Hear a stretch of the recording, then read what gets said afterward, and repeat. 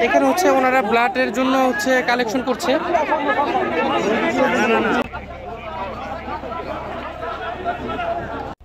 এগুলি হচ্ছে বিমানের ধ্বংসাবশেষ যেগুলো বাকি ছিল। আর আমি এখন আছি সেই জায়গাটিতেই, মাইলস্টোন স্কুলের ভিতরে, যে জায়গাতে এই ঘটনাটি ঘটেছিল।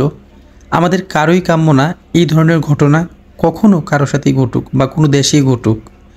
সবাই আমরা খুবই শোকাহত। আর এই ভিডিওতে কি ভয়েস দিব, আসলে ভয়েস আসতেছে না। মানে এই জায়গার পরিস্থিতিটা যে ওখানে গেছে সে বলতে পারবে। মানে কিছুক্ষণ পরপরই কারো না কারো মৃত্যুর খবর আসছে।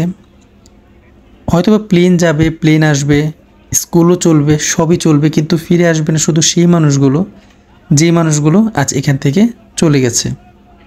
সবাই তাদের জন্য দোয়া করবেন, আমি এটাই বলবো।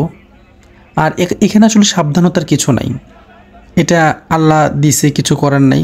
কিন্তু বাংলাদেশ বিমান বাহিনী কিভাবে এত ব্যস্ততম একটি শহরের উপর দিয়ে তারা ট্রেনিং প্লেন রান করে, আমি এটা বুঝি না। ট্রেনিংয়ের জন্য তো দূরে কোথাও ব্যবস্থা করলেই পারে। সত্যি কথা বলতে এখানে আসার পরে মানে হাহাকার ছাড়ার কিছু নাই। চোখের সামনে মুহূর্তের মধ্যে মানুষগুলো পুড়ে গেল। আসলে কারো এখানে কিছু করারও নাই, কারণ করার মতো পরিস্থিতি নাই। ওখানে বাঁচানোর মতো পরিস্থিতি বা অবস্থান কোনোটাই কিন্তু ছিল না, শুধু চোখ দিয়ে দেখা আর হাহাকার করা ছাড়া। আসলে যে এই দৃশ্যগুলো সামনে থেকে দেখছে বা যারা দেখছে তারা বলতে পারবে আর কি আসলে এটার ইয়াটা কেমন। আমি যখন এখানে আসলাম তখন আসার পরে শুধু এটাই মনে হলো যে এখানে হয়তো আমার কোনো ভাই, কোনো বোন বা কেউ তো থাকতে পারতো। আমার ছোটো ভাইও কিন্তু স্কুল কলেজ থেকে পড়াশোনা করে আসছে, ও তো থাকতে পারতো। তো যারা এখানে ছিল, যাদের আত্মীয় স্বজন বা যাদের সন্তান, যাদের ভাই বোন আজকে এখান থেকে নিহত বা আহত, তারা আসলে বুঝতে পারবে যে এটার কষ্টটা আসলে কতটুকু।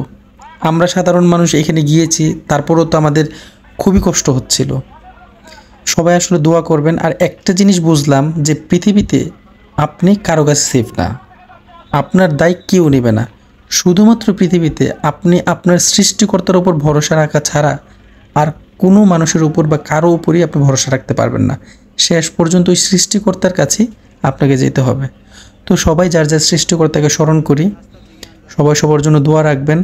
আর এখানে যারা নিহত হয়েছে বা আহত হয়েছে, যারা আহত হয়েছে তারা যাতে তাড়াতাড়ি সুস্থ হয়ে ফিরে আসতে পারে, আর যারা নিহত হয়েছে তাদেরকে যেন আল্লাহ জান্নাত দান করে, সবাই এই দোয়াই করবেন।